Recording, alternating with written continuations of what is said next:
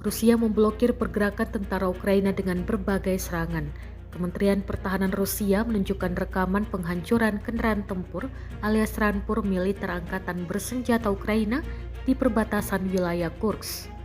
Rampur tersebut diserang oleh artileri, penerbangan dan serangan UAV. Ledakan tampak jelas dalam rekaman drone Rusia. Rekamannya beredar di Telegram pada Rabu 7 Agustus 2024. Dalam keterangan unggahan disebutkan setelah menderita kerugian, tentara Ukraina mundur ke wilayahnya dan beberapa tentara mencoba mendapatkan pijakan di perbatasan negara. Setelah menderita kerugian yang signifikan, sisa-sisa kelompok sabotase mundur ke wilayah Ukraina.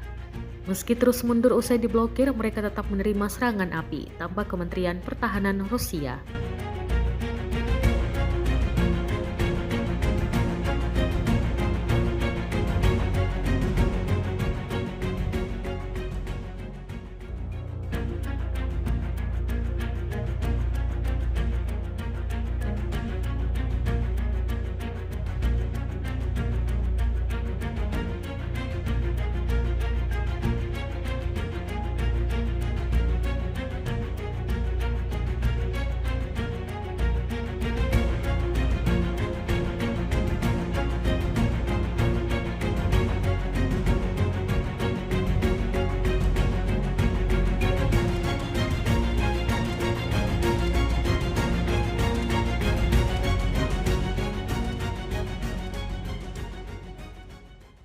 Download Tribun X sekarang, menghadirkan lokal menjadi Indonesia.